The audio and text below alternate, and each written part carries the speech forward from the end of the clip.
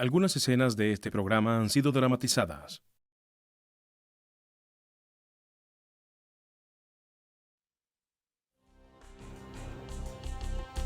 Un vendedor de autos de San Diego es asesinado mientras disfruta de una tarde tranquila con su familia. Dos asesinos desaparecen sin dejar rastro. Pasan los años y no se producen arrestos. Las autoridades locales solicitan ayuda a un fiscal. Él inicia una investigación exhaustiva que descubre dos conspiraciones.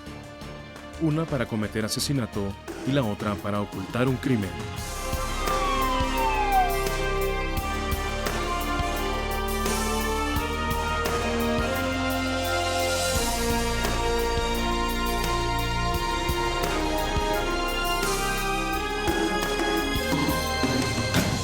Los fiscales en busca de la justicia.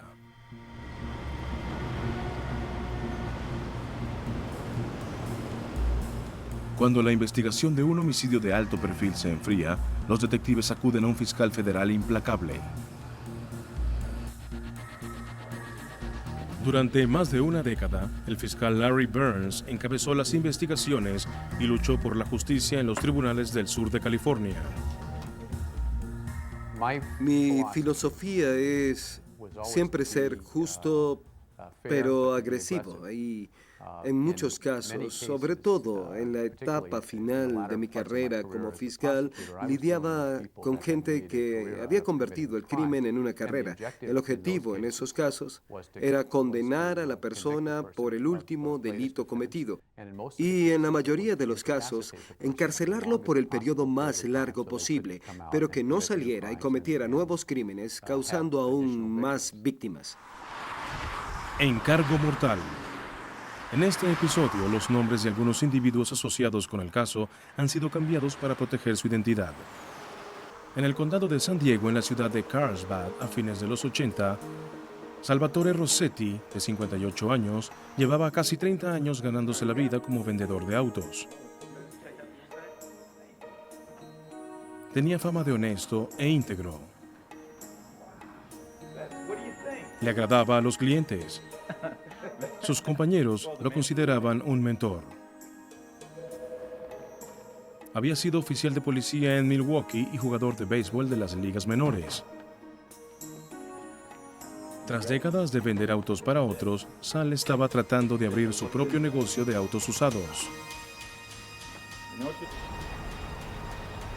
17 de septiembre de 1988. Sal Rossetti estaba descansando en su casa de Leucadia, California, en las afueras de San Diego. Estaba viendo televisión con su esposa, su hija y sus nietos cuando alguien tocó la puerta. Su esposa Bárbara abrió y se encontró con dos hombres. Uno de ellos preguntó por su esposo. ¿Está en casa? Sí, un momento. Bárbara le dijo a Sal que alguien quería verlo.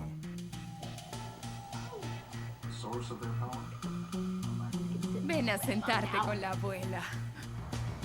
¿Puedo ayudarlo? Momentos después, sonaron los disparos. Bárbara encontró a su esposo tendido en el piso. ¡Oh, Dios mío! ¡Sal! ¡Oh! Llamó al 911.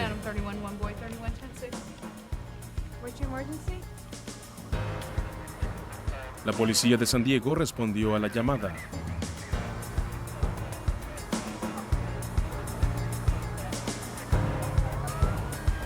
Momentos después, llegó una ambulancia.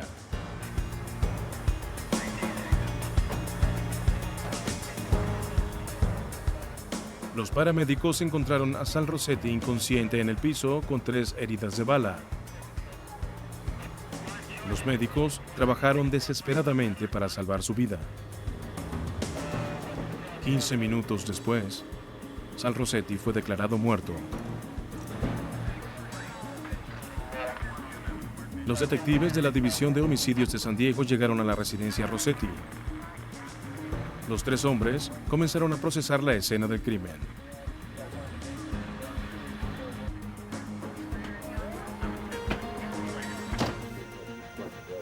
Uno de ellos habló con la esposa de la víctima, Bárbara. Ella describió a los dos hombres que habían llamado a la puerta. Dijo que a su casa solían acudir extraños para hablar con su esposo sobre la compra y venta de autos.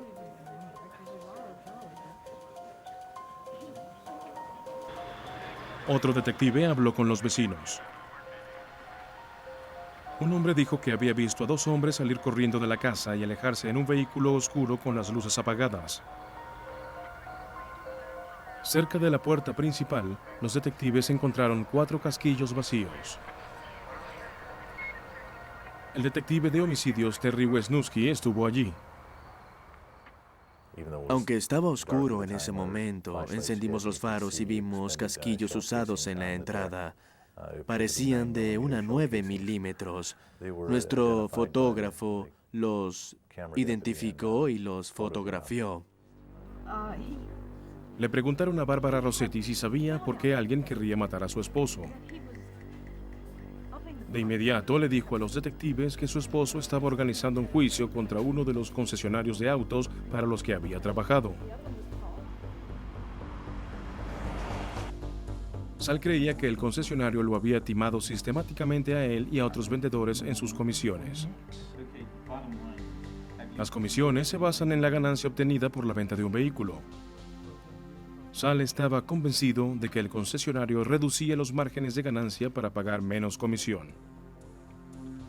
El juicio comenzó con 17 vendedores, pero gracias a los esfuerzos de Sal, se unieron otros 300 durante un periodo de 5 años. Con tantos demandantes, el juicio podría costarle millones de dólares al concesionario. Barbara Rossetti también describió intentos para persuadir a su esposo de que abandonara el juicio. La señora Rossetti también nos dijo que había recibido una llamada telefónica unas 2 semanas antes del homicidio. En esa llamada, le ofrecieron abrirle su propio concesionario si abandonaba el juicio. Bárbara también citó otra llamada, más ominosa. A Sal le dijeron que enviarían un auto esa noche a recogerlo y llevarlo para hablar con alguien sobre el juicio. Pero Sal sospechaba algo y no quiso asistir a la reunión. Los detectives fueron al concesionario mencionado en el juicio. Les informaron que lo habían vendido recientemente. El contrato de venta contenía una cláusula que indemnizaba a los nuevos dueños contra el juicio de Sal Rossetti porque el supuesto fraude había ocurrido antes del cambio de administración.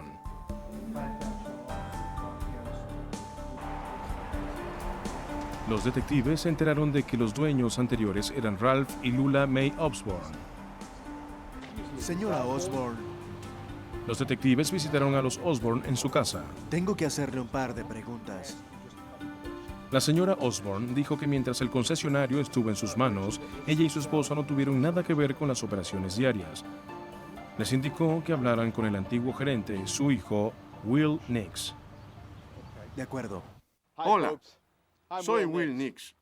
Aquí en Autos Will Nix podemos darte un auto nuevo sin importar Will tu- Nix ahora tenía su propio y exitoso concesionario. Will Nix vendía más autos en el sur de California que cualquier otro concesionario. 200 por mes, así que venga a Autos Will Nix. Lo trataremos bien y saldrá rodando con categoría. Los detectives sabían que si Sal Rossetti ganaba su juicio, los padres retirados de Nix irían a la quiebra.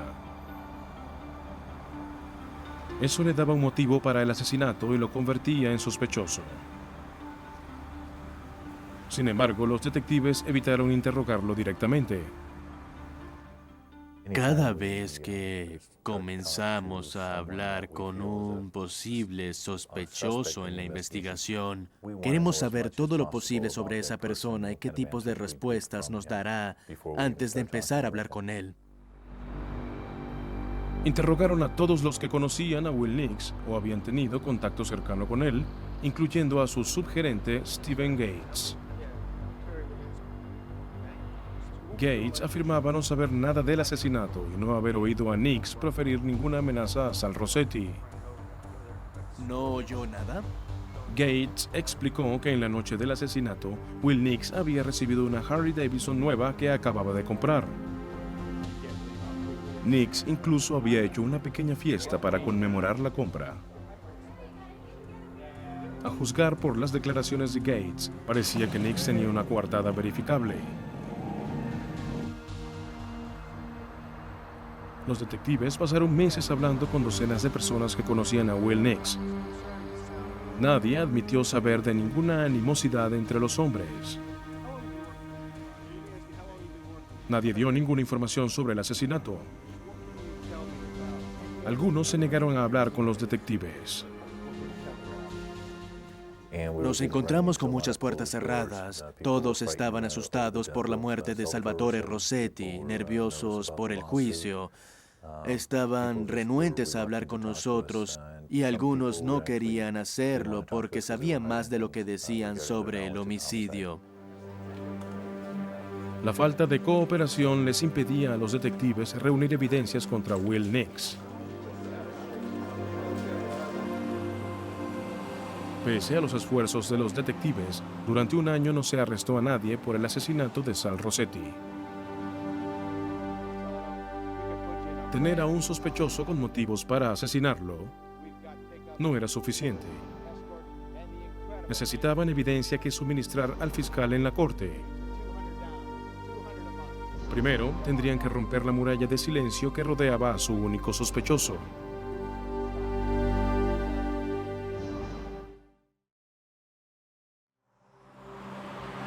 El departamento del sheriff de San Diego había pasado un año intentando resolver el asesinato de Sal Rossetti.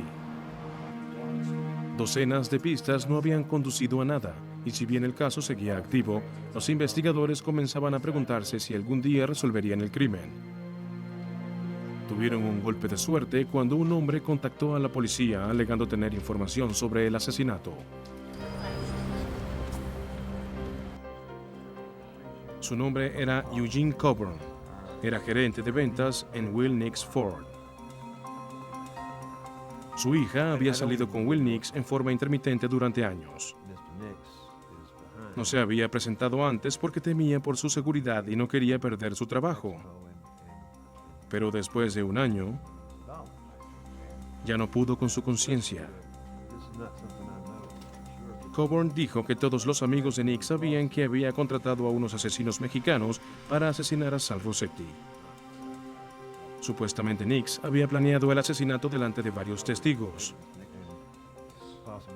Al pedírsele pruebas o evidencias, Coburn admitió no tener ninguna. Solo había oído rumores.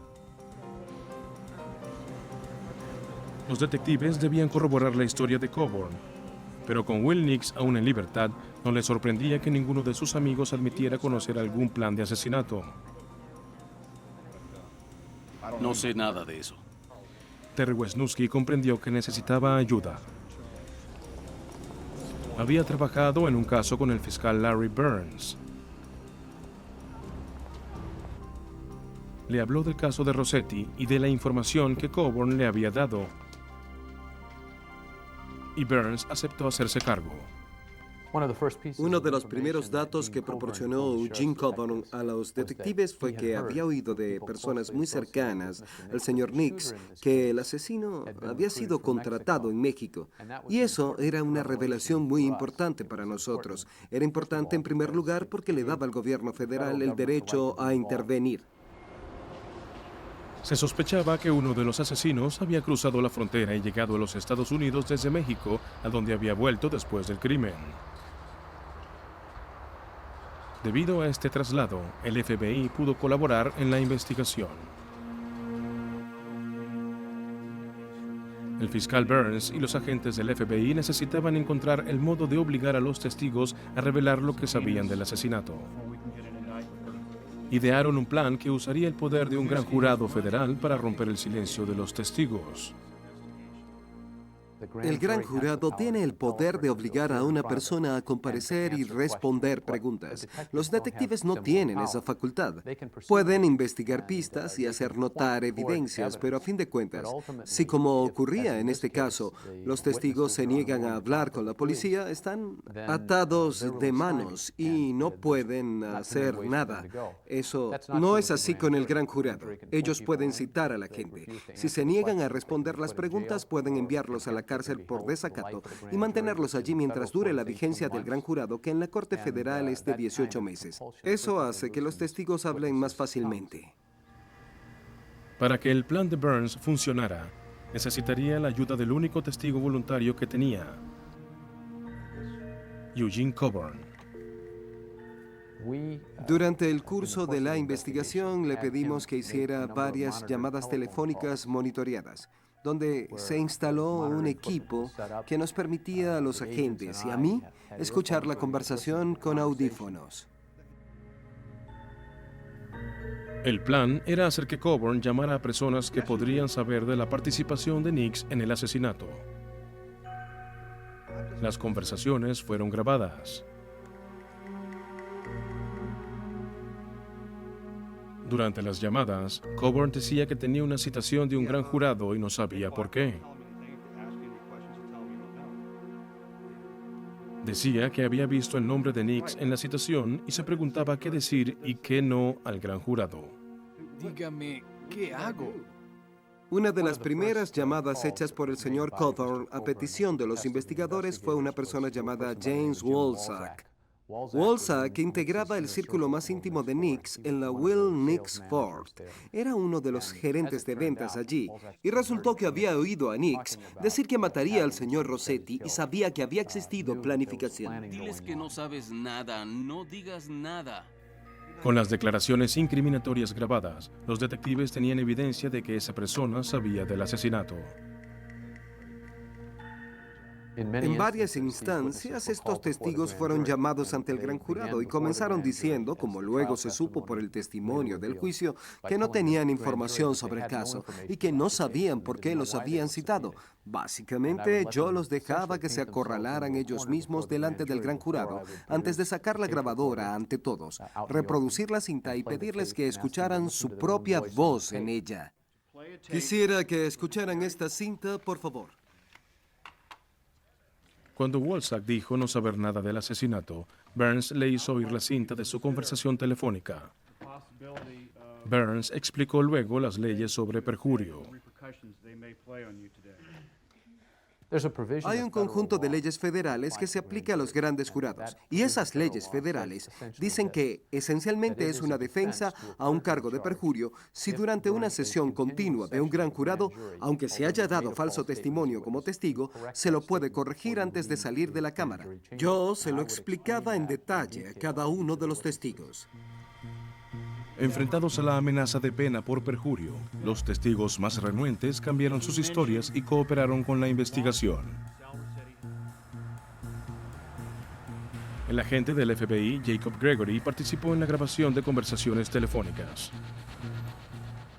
Cuando unimos fuerzas con la oficina del sheriff, logramos entrevistar a una gran variedad de personas y descubrimos que muchos no querían hablar, pero sospechábamos que sabían más de lo que nos venían diciendo. Y en un esfuerzo de colaboración con la oficina del sheriff en presencia del fiscal Burns, decidimos que intentaríamos hacer que algunos testigos grabaran conversaciones. Lo hicimos grabando conversaciones entre todos los testigos y eso nos produjo un poco más de información que fue beneficiosa para lo que nosotros queríamos.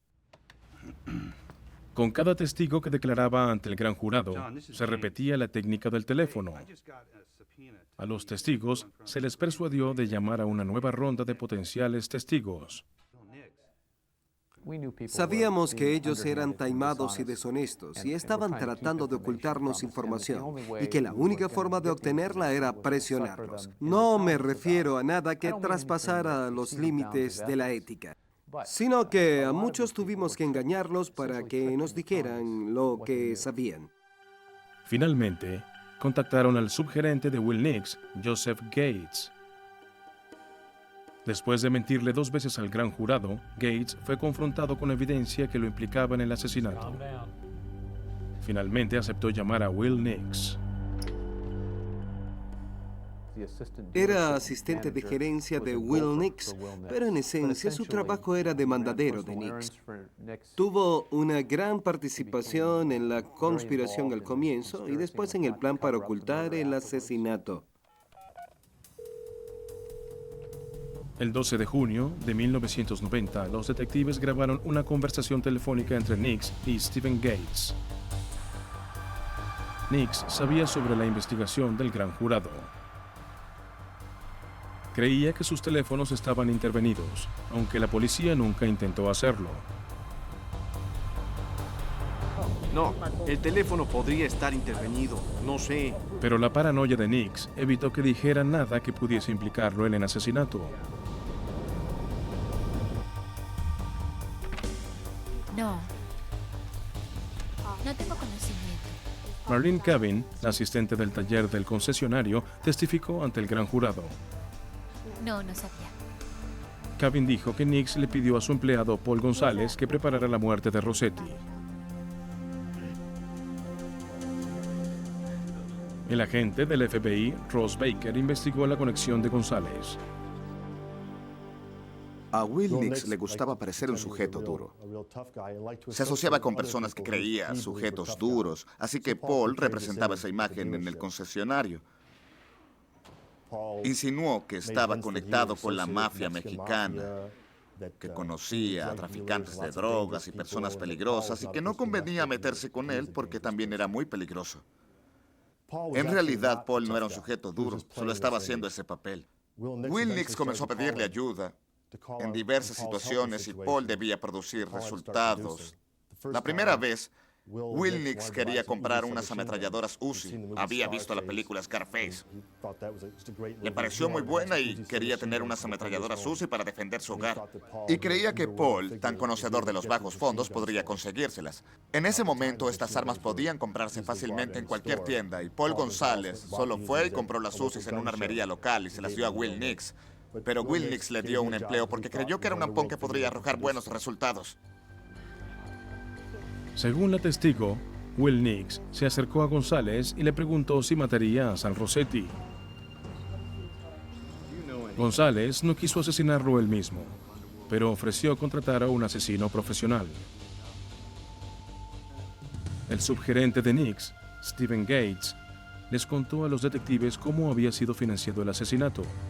Según Gates, Nix tenía una dependencia a la cocaína que le suministraba casi diariamente el traficante David Hernández.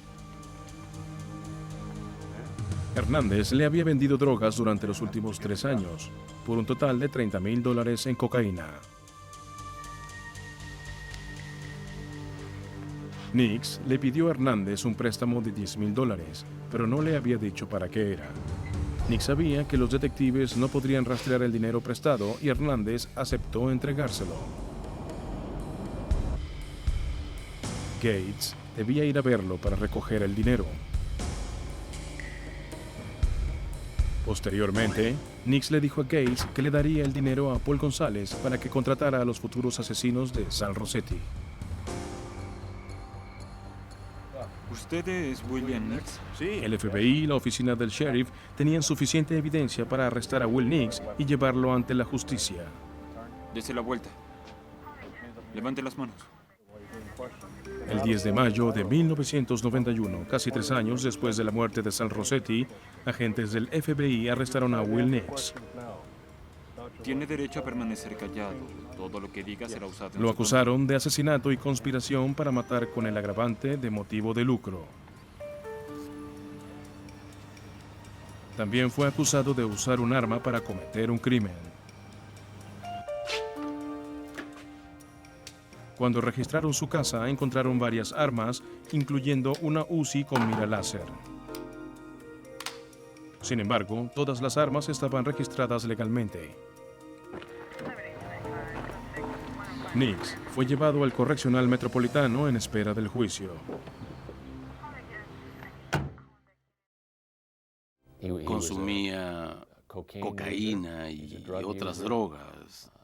Tenía un ego muy desarrollado y era el tipo de persona que quería las cosas de inmediato y cuando no salían a su gusto se molestaba. Era del tipo de hombre que se sentiría amenazado por el juicio en contra de su madre, iniciado por Sal Rossetti, y es fácil pensar que la mejor solución para él era ejecutarlo. El empleado de Nix, Paul González, fue arrestado poco después y también acusado de asesinato. González renunció a su derecho a guardar silencio y aceptó pasar la prueba del polígrafo. Negó saber nada de un plan para asesinar a Rossetti, pero el polígrafo indicó que estaba mintiendo. Se le dio una última oportunidad de cooperar. A cambio, un juez podría aplicarle una condena menor. ¿Mató a Sal Rossetti? No, no lo hice. Ante la abrumadora evidencia en su contra, González cedió. Explicó que le había ofrecido $2,000 a Albert Vargas, su yerno, para conducir el auto la noche del crimen. Habla el agente especial Ross Baker. Vargas ofreció matarlo él mismo por $10,000. González se negó porque no quería que su yerno realmente matara a alguien. Según su criterio, no era lo mismo contratar a un asesino que apretar el gatillo uno mismo. No quería que su yerno disparara. Vargas insistía en que él quería el dinero. Finalmente, González logró ponerse en contacto con un hombre llamado José Miranda, a quien llamaban Tonto. Era un mexicano que afirmaba haber matado varias veces a cambio de dinero. También contrató a su hijo Paul Jr. para que condujera un segundo auto que sería cambiado por el auto del asesino después del crimen.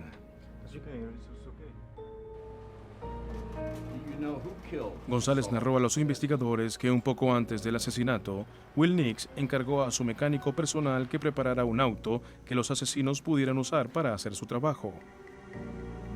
El mecánico modificó el auto y reemplazó la matrícula con otra temporal para que no se pudiera identificar.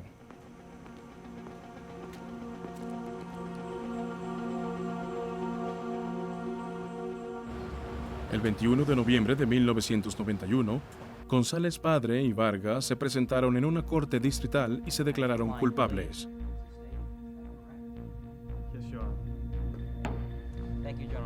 El mismo día, Paul González Jr. se declaró culpable en una corte federal de conspirar para cometer un asesinato por encargo. Todos aceptaron dar testimonio con la esperanza de que gracias a su cooperación les redujeran sus condenas.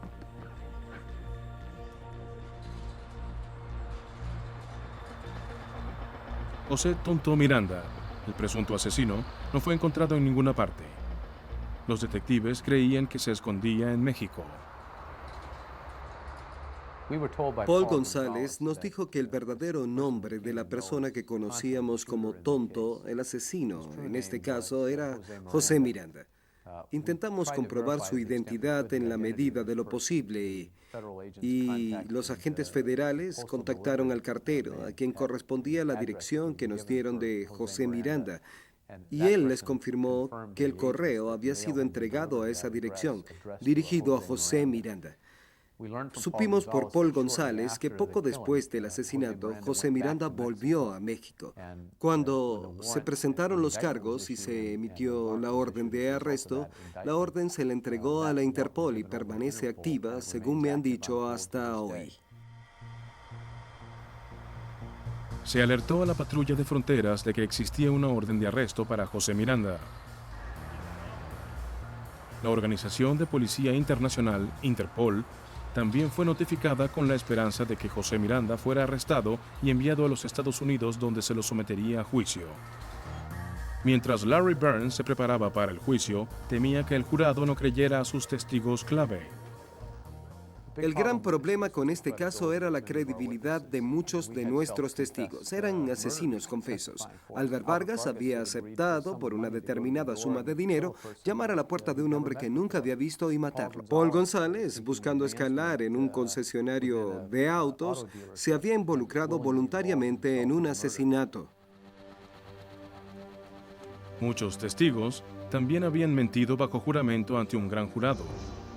No solo una vez, sino 2 veces. Señor Burns, dígame cuáles son los cargos.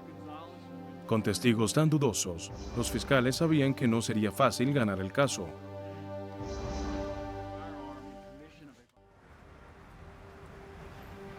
El juicio de Will Nix comenzó el 16 de julio en el Tribunal de Vista. Presidía el juez J. Morgan Lester.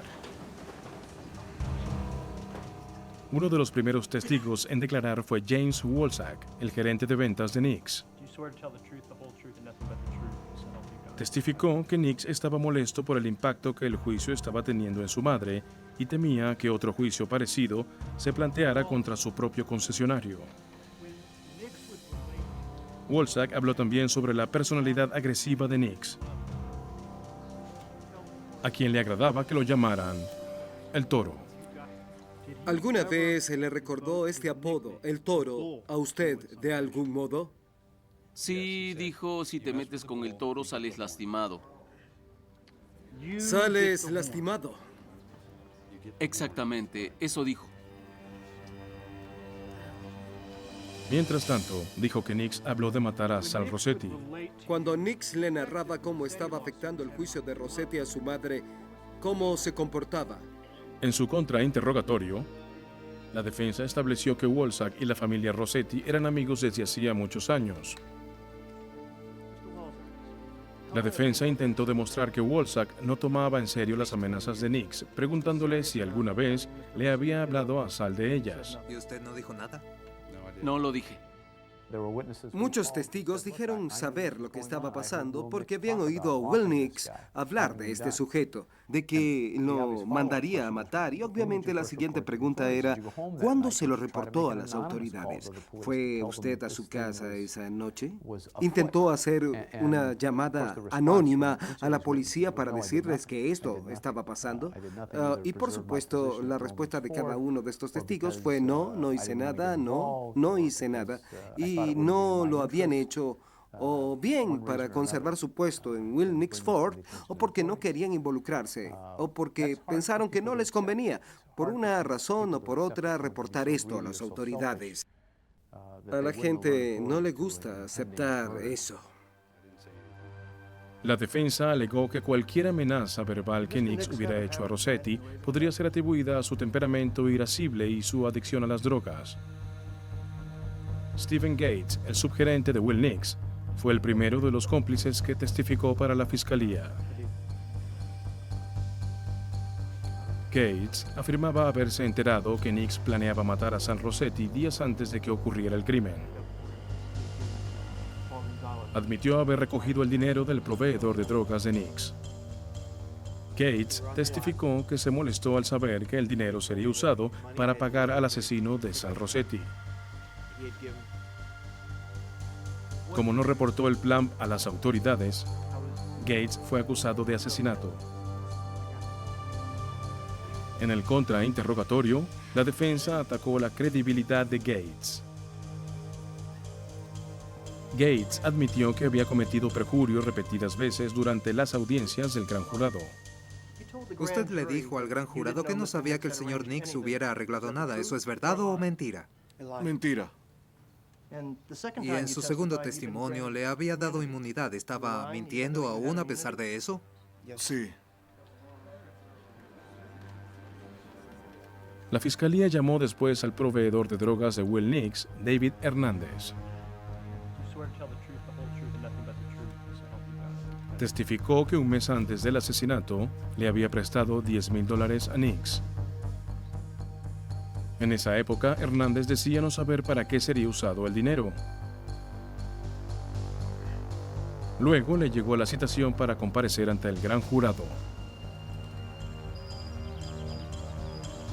Un día antes de su presentación, Hernández habló con Will Nix.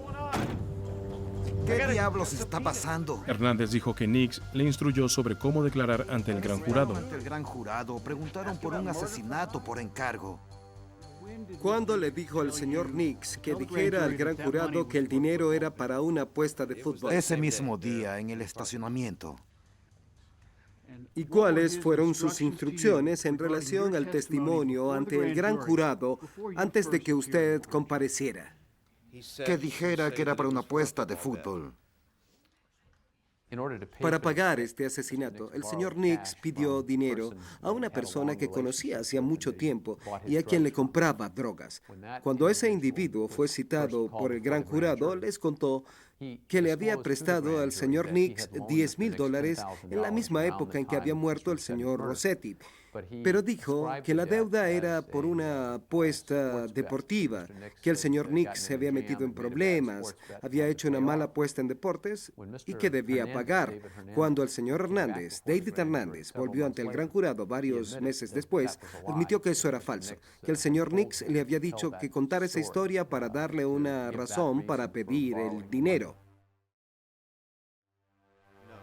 Hernández dijo también que Will Nix le había ofrecido conseguirle un abogado que lo acompañara en la audiencia. Hernández no aceptó. Luego llegó el momento de que la fiscalía presentara al testigo central de su caso, Paul González padre, el hombre que admitía haber contratado al asesino de Sal Rossetti. González afirmaba que el plan original era matar a Sal Rossetti en el concesionario de autos donde trabajaba. El asesinato público haría que los demás vendedores desistieran del juicio contra los padres de Will Nix. Pero cuando él y los asesinos llegaron al concesionario, Sal no estaba ahí. González atestiguó que él, su hijo, Albert Vargas y José Miranda se detuvieron en un teléfono público para llamar a Will Nix. Nix les dijo cómo llegar a la casa de Rossetti. González le dijo a la corte que quería abortar el plan. Pero Nix insistió en seguir adelante, porque ya tenía una coartada para ese día: la compra de una nueva motocicleta Harley Davidson. González también dijo que José Miranda insistió en hacer el trabajo porque quería que le pagaran. Finalmente González cedió y el plan para matar a Sal Rossetti en su casa volvía a estar vigente.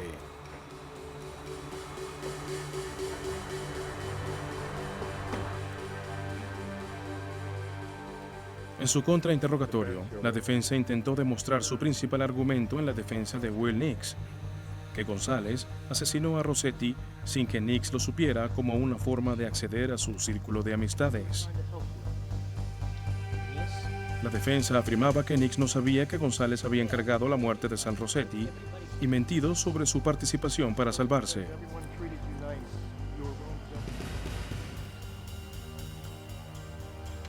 Albert Vargas era el yerno de Paul González. Ofreció ser el chofer del asesino por $2,000. El testimonio de Vargas era crítico porque estaba con el presunto asesino, José Miranda, en el momento del asesinato. ¿Quiere decirnos qué pasó después de que usted salió del auto? Bien, fuimos directamente a la puerta. Vargas declaró que él y Miranda condujeron hasta la casa de Sal Rossetti.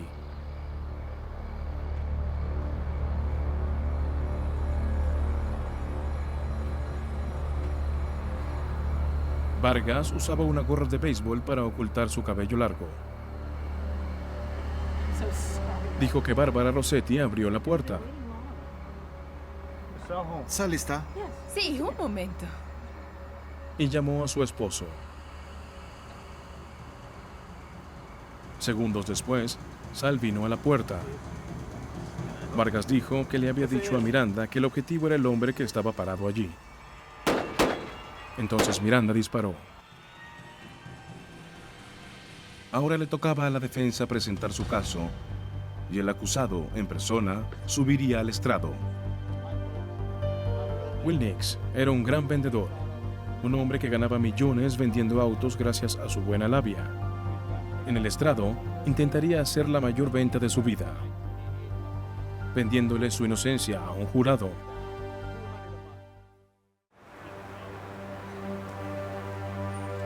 La fiscalía usó el testimonio de 16 testigos para detallar el plan para asesinar a Sal Rossetti y la conspiración para encubrirlo. Después de 4 días de testimonio, la fiscalía descansó. La fiscalía esperaba que Will Nix subiera al estrado en su propia defensa. Mientras me preparaba para el juicio del señor Nix, comprendí que el mayor obstáculo que debía superar era su personalidad. Era un sujeto agradable, a pesar de todos los excesos en su vida. Era brillante, coherente, hablaba muy bien y era muy persuasivo. La defensa llamó a Will Nix al estrado. Su abogado intentaría mostrar que Paul González había asesinado a Sal Rossetti sin el conocimiento ni el consentimiento de Nix. González fue retratado como un parásito, un advenedizo, dispuesto a hacer lo que fuera para compartir el estilo de vida dispendioso de Will Nix. Nix dijo que González a veces llevaba a su casa a su hijo.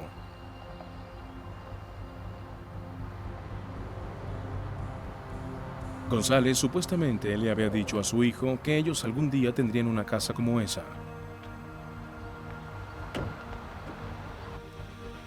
Will Nix testificó sobre el día después de la muerte de Sal Rossetti, en el que Paul González había aparecido en su hogar con noticias increíbles. Dijo, ya me encargué de ese vendedor, Sal, el que te ha estado molestando a ti y a tus padres. ¿Le hizo usted algún otro comentario cuando le dijo esto? Nix testificó que quedó desconcertado con la noticia de González e incluso no le creyó. Yo no quería eso. Sé que no lo querías, pero tu familia estaba en peligro. ¿Tuvo alguna discusión anteriormente con el señor González sobre hacerle daño al señor Rossetti? No, señor, en absoluto. La defensa alegó que González apareció en la oficina de Nix 2 días después.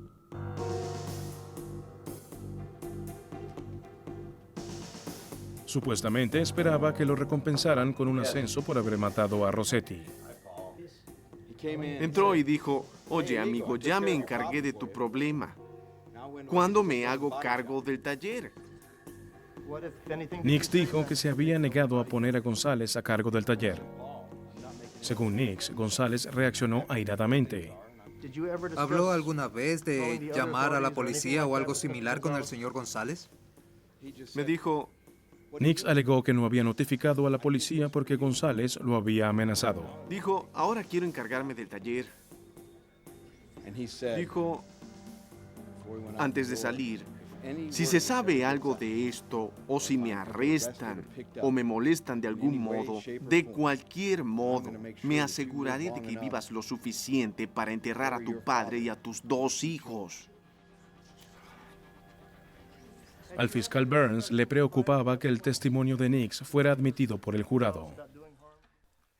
Recuerdo que en algún momento le dijo al jurado que, si bien él dirigía su concesionario, la propietaria era su madre y si tenía que decirle a alguien quién era realmente el cerebro de la operación, era ella. Esa clase de humor autocrítico fue bien recibido en el jurado. Recuerdo ver a varios miembros del jurado reírse y pensé, están haciendo una conexión con él.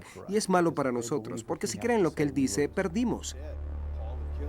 A continuación, la fiscalía tendría la oportunidad de contrainterrogar a Will Nix.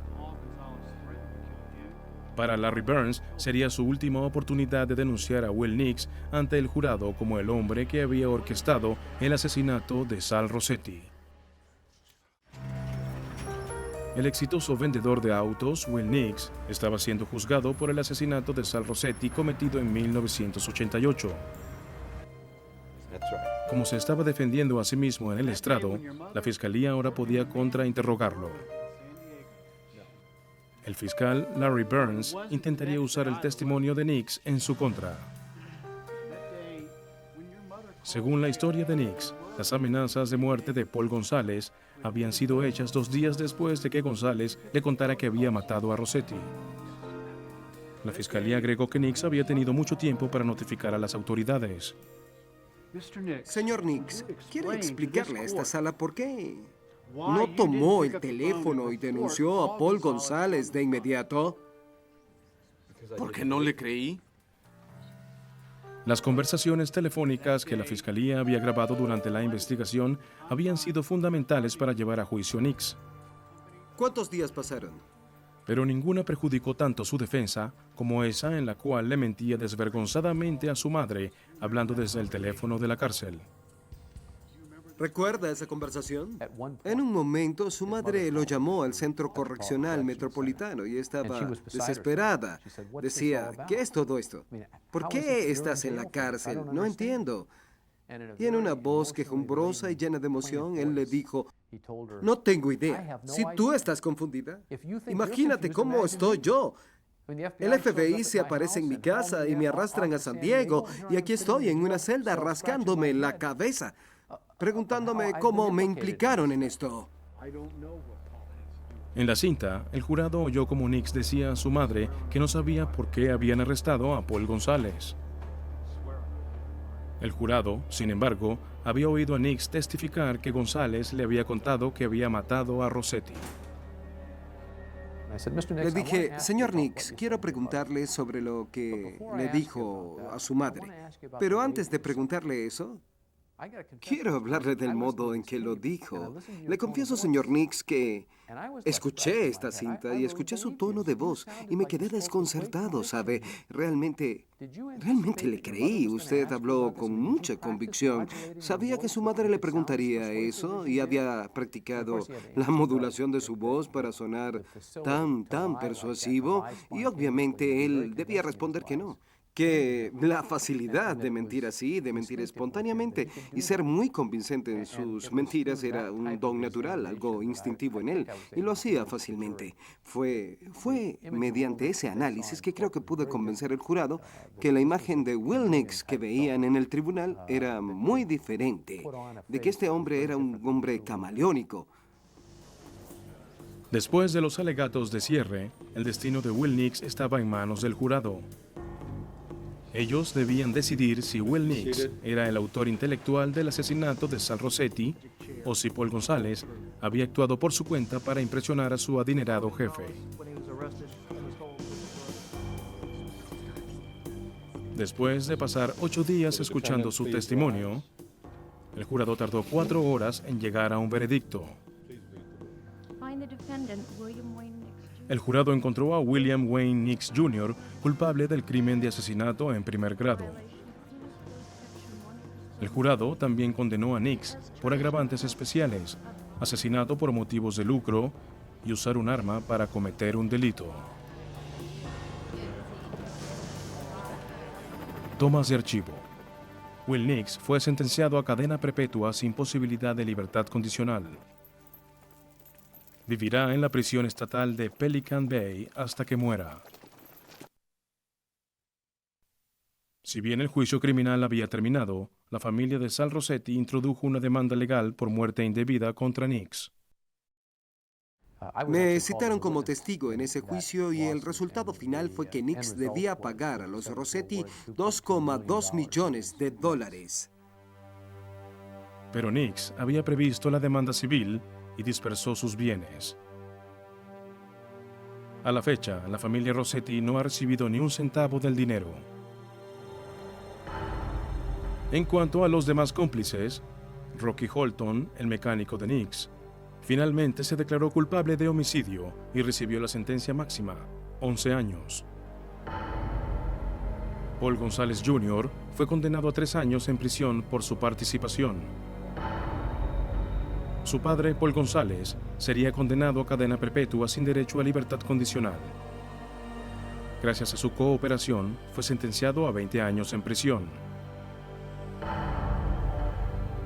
Albert Vargas recibió la misma condena, 20 años.